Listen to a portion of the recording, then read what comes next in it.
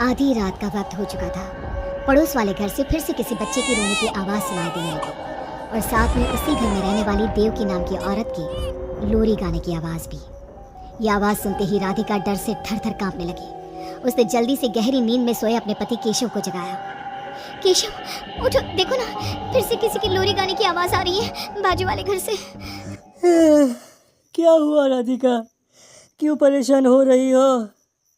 अरे कोई आवाज़ नहीं आ रही यार। लेकिन अभी बस 2 मिनट पहले तो देव की लोरी गा रही थी और एक बच्चा रो रहा था। अरे कोई मूवी देख रहा होगा, उसकी आवाज़ होगी। देवकी और उसके पति मोनिश ने बताया ना कि उनके बच्चे नहीं होते। उस घर में कोई बच्चा नहीं है। अब ना तुम भी सो जाओ और मुझे भी सोने दो। लेकिन अभी बस 2 मिनट पहले तो देव की लोरी गा रही थी और एक बच्चा रो रहा था। राधिका हैरान थी कि आवाज सिर्फ उसे ही सुनाई क्यों देती थी। लेकिन जब उसके पति केशव ने उसकी बात नहीं सुनी तो वो सोने की कोशिश करने लगे। लेकिन राधिका के कानों में किसी छोटी बच्ची के हंसने की आवाज गूंजने लगी। राधिका बुरी तरह से डर गई थी। अगली सुबह, मैं दुकान जा रहा हूँ, आज माल खत्म हो रहा है दुकान में। इन दिनों पता नहीं क्यों लोग जमकर खिलौने खरीद रहे हैं। आज बड़े बाजार जाकर सारे खिलौने ले आता हूँ। आप रात होने से पहले आ जाएंगे ना? लगता है तुम देवकी से अभी तक डरी हुई हो। अच्छा ठीक है, देखो घर के पीछे वाली गैलरी में मत जाना, क्योंकि वहाँ से तुम्हें अक्सर देवकी नजर आती है और तुम ना फिर डर जाती हो। ठीक है केशव, मैं आज उधर जाऊंगी ही नहीं। जब भी उधर देखती हूँ कुछ डरावना ही नजर आता है। केशव दुकान चला जाता है। तभी अचानक राधिका को याद आता है कि घर की गैलरी में उसने कुछ कपड़े सुखाए थे।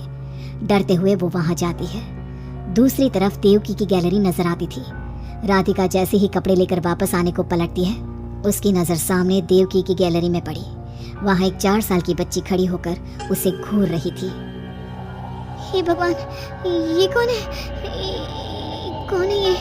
मैं इससे पूछूं कि इसका नाम क्या है? हाँ, पूछ लेती हूँ, फिर केशव को बताऊंगी। वो मेरी बात पे भरोसा नहीं करते ना।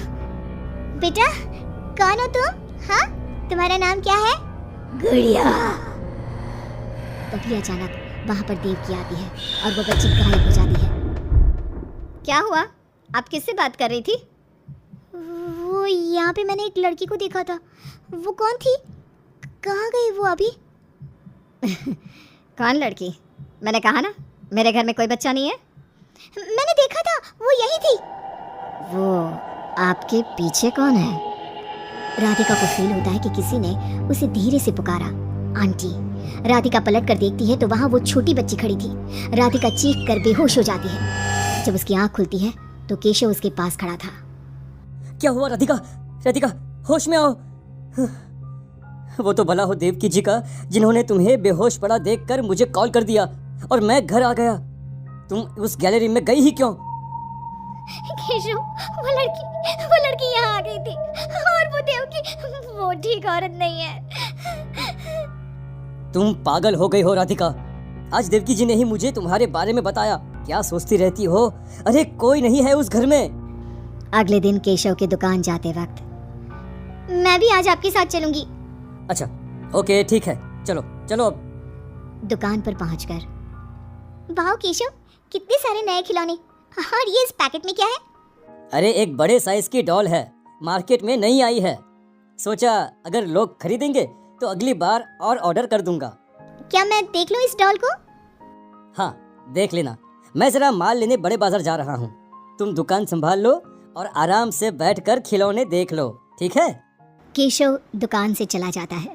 तभी कुछ देर बाद देवकी दुकान पर आती है। कैसी हो तुम? तुम यहाँ क्या लेने आई हो? गुड़िया? गुड़िया? मेरा मतलब तुम गुड़िया का क्या करोगी? तुम्हारे घर में तो बच्चे। तुम मुझे गुड़िया दिखाओ, बस बड़ी वाली गुड़िया। राधिका घबराते हुए बड़ी डॉल का पैकेट खोलती है। बिल्कुल ऐसी ही डॉल चाहिए। आज वो खुश हो जाएगी इसे देखकर। कौन खुश हो जाएगी?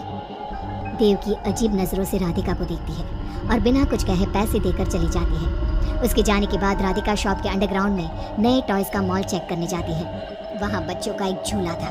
राधिका ने देखा कि वो झूला हिल रहा था, जैसे अभी अभी कोई वहाँ से उतरा हो। राधिका को किसी छोटे बच्चे की आवाज आती है। कौन है वहाँ? वही छोटी लड़की जो देविका के घर दिखी थी राधिका के सामने आ जाती है। आंटी, मुझे गुड़िया चाहिए, वो बड़ी वाली। मेरे पास कोई गुड़िया उड़िया नहीं है। बड़ी गुड़िया चाहिए, मुझे दे दो, नहीं तो मैं ये सारे खिलौने जिंदा कर दूंगी और फिर वो आपको मार डालेंगे। खानो तुम, मैंने कहा ना नहीं है मेरे पास बड़ी गुड़िया। अभी तो थी ना, कहाँ गई? वो देवकी ले गई अपने साथ। अभी जाओ और मेरी गुड़िया लेकर आओ, वरना। उस छोटी लड़की के नाखून बड़े हो जाते हैं और पैर उल्टे, वो बहुत ही खौफनाक दिखने लगती है। नहीं नहीं देखो, मैं अभी जाकर तुम्हारी गुड़िया लाती हूँ, तुम यहीं रुको। नहीं, मैं तुम्हारे साथ चलूंगी, कहीं तुम भाग गई तो। राधिका शॉप से निकलकर तेज स्पीड में सड़क पे चलने लगती है। उसने पलट के देखा तो वो लड़की साही की तरह उसका पीछा कर रही थी। राधिका देवकी के घर पहुंचती है। दरवाजा खुला था। राधिका अंदर गई, वहां कोई नजर नहीं आया, बस सामने वो गुड़िया रखी थी। राधिका चुपचाप गुड़िया को उठा के वहां से आने लगती है। पीछे से आवाज आती है, रुको, ये क्या कर रही हो? मेरी गुड़िया कहाँ ले जा रही हो? देखो देवकी, ये गुड़िया मुझे ले जाने दो, वरना वो लड़की। ओह, तो उसने तुम्हें डराया, उसे तो मैं बुलाती हूँ। गुड़िया, जरा यहाँ आना बेटा। मम्मा, क्या हुआ? मेरी लाडो गुड़िया को बहुत पसंद है। देखो ना, 10 साल की हो गई, अब तक डॉल से खेलती है। ये तो वही लड़की है, और ये 10 साल की नहीं 5 साल की है। हाँ, लेकिन जब उस कार एक्सीडेंट में मर गई तब 5 की थी, अब तो 10 की हो गई है ना। मतलब ये मेरी बेटी है और मरने के बाद भी मेरे साथ है। इसे ना लोरी सुन के ही नींद आती है और डॉल्स से इसे बहुत पसंद है। राधिका बुरी तरह से घबरा के भागती है। भागते भागते मेन रोड पे आ जाती है। वहीं उसका एक्सीडेंट होता है और उसकी मौत हो जाती है। मगर राधिका की मौत के बाद केशव को पास वाले घर से बच्चे के रोने और लोरी गाने की आवाज़ सुनाई देने लगती है।